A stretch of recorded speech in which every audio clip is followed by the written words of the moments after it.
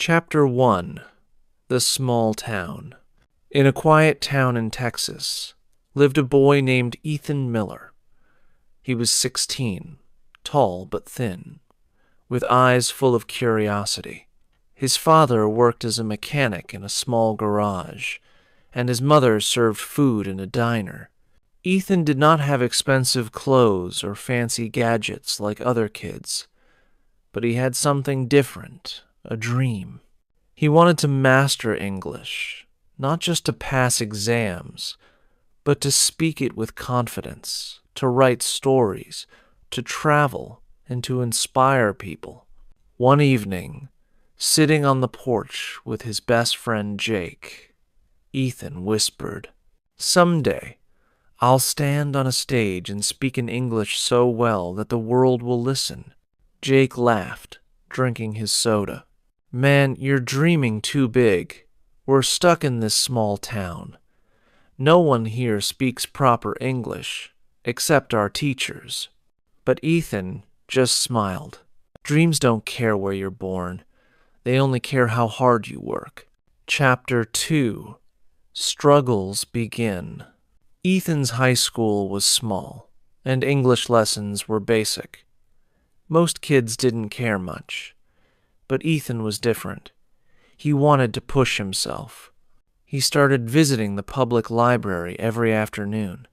He borrowed old English novels, children's storybooks, and even newspapers.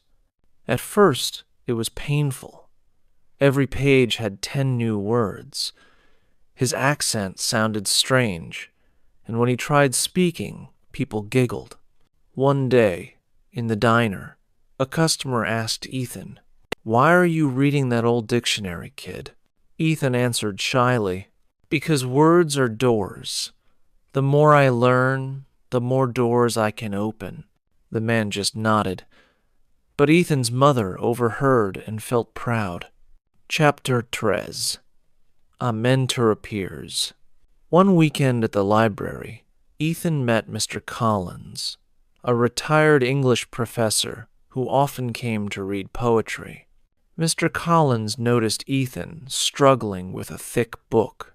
"Young man," he said kindly, "why are you torturing yourself with Shakespeare when you barely understand the basics?" Ethan blushed. "Because I want to get better, sir. I don't have a teacher, so I'm teaching myself."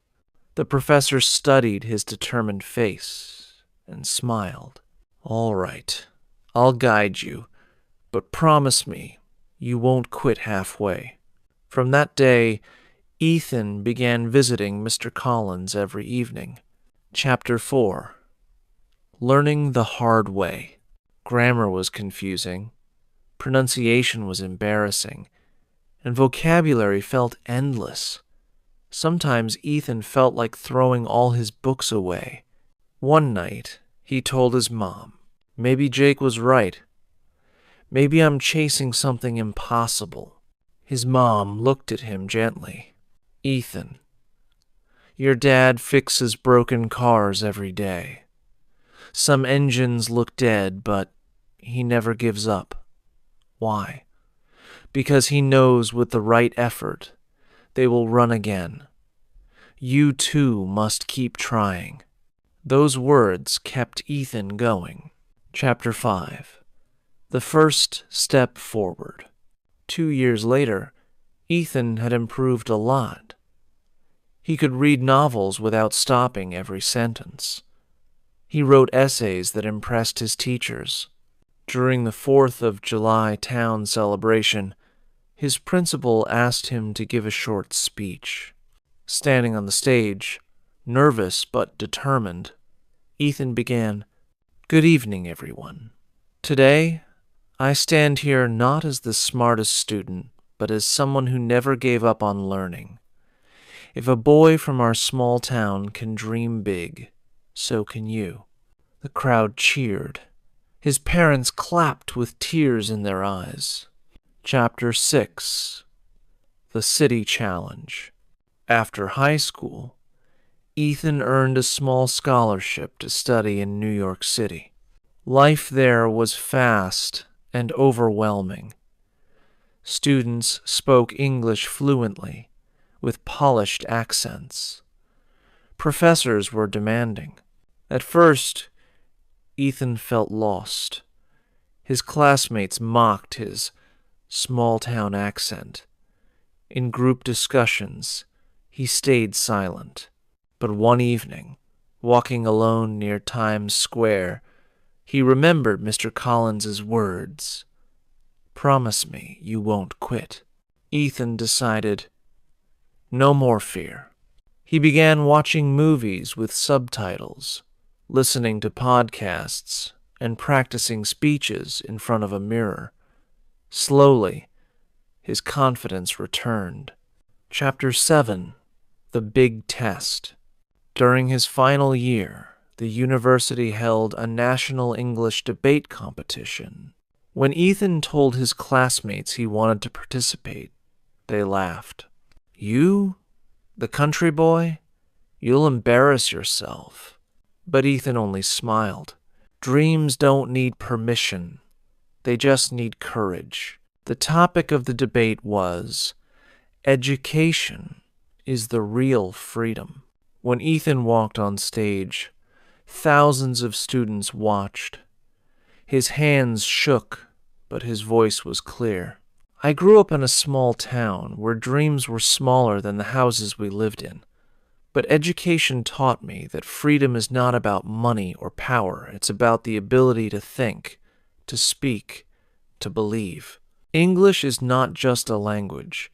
It's a bridge that connects hearts and ideas across the world." The audience fell silent. Then thunderous applause filled the hall. Ethan won the competition. Chapter 8. The Dream Fulfilled. Years later, Ethan became a motivational speaker and author.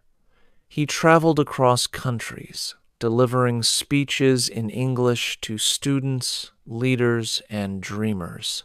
In every lecture, he shared his journey from a boy reading under dim streetlights in a small Texas town to a man inspiring people worldwide. At a huge conference in Washington, D.C., he began his speech with the same words he once told Jake. "Dreams don't care where you're born. They only care how hard you work." The audience gave him a standing ovation. Ethan smiled, remembering the porch where his dream first began. Chapter 9. The Book of Dreams. After winning the debate, Ethan's confidence grew. He started writing short stories and essays in English. At first they were simple, sometimes full of mistakes, but he kept improving.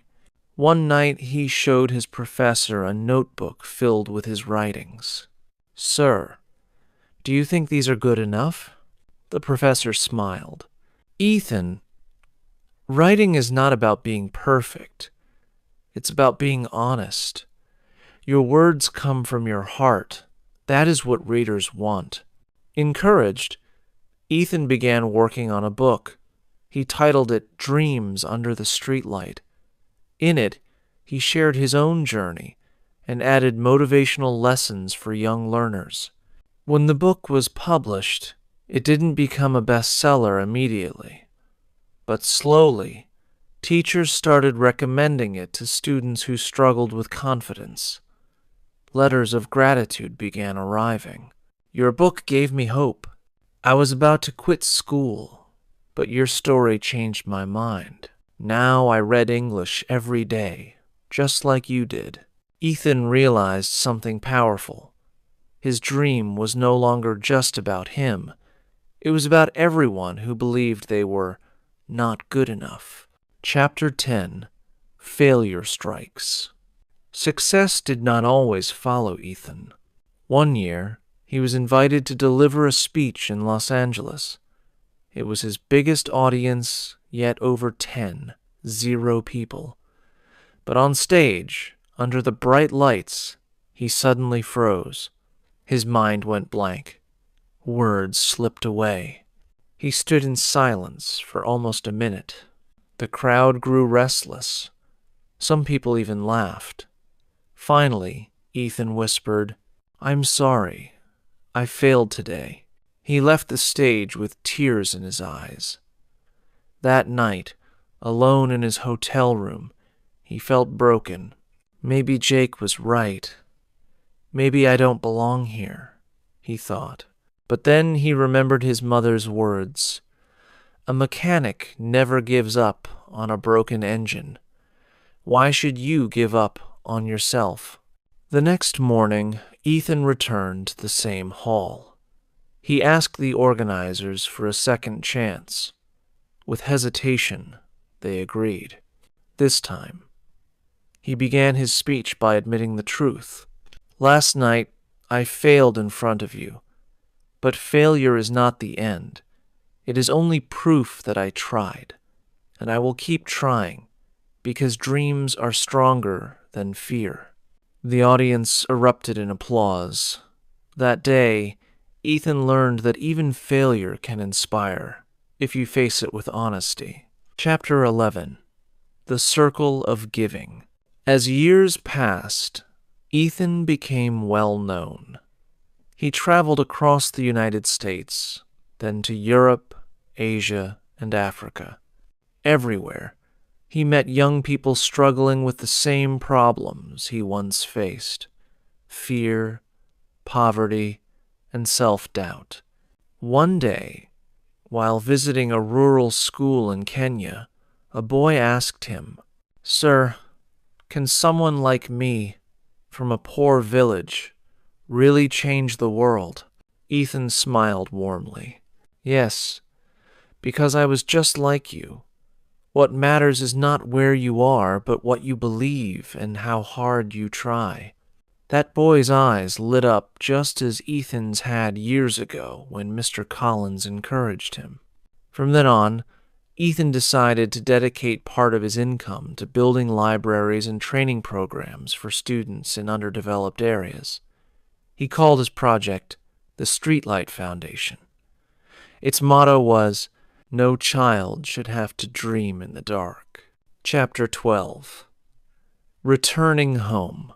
After many years, Ethan returned to his small Texas town. The streets were the same. The diner was still there, and his parents had grown older. His childhood friend Jake was now working at the same garage as Ethan's father. When Jake saw Ethan arrive in a suit, carrying his books and awards, he shook his head in disbelief. "Man, you really did it. I never thought you could. I was wrong." Ethan smiled and patted his shoulder. "Jake, you weren't wrong. You were just scared for me. But fear is normal. The trick is not to let fear win." That evening, Ethan gave a speech in his old high school gym. The hall was packed with students, parents, and teachers. Standing on stage, he looked at the same broken ceiling fans, the same faded walls, and whispered, "This is where it all began. I was just like you, ordinary, scared, unsure. But remember, greatness is not about where you start. It's about where you decide to go." The crowd gave him a standing ovation. His parents cried quietly in the front row. Chapter 13. Legacy of a Dreamer. Years later, Ethan's books were translated into multiple languages. His foundation built schools in 10 different countries.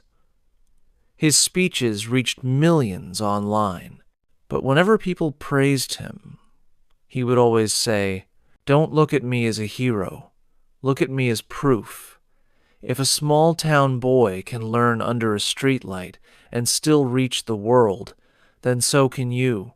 On his 50th birthday, a journalist asked him, "What is the greatest achievement of your life?"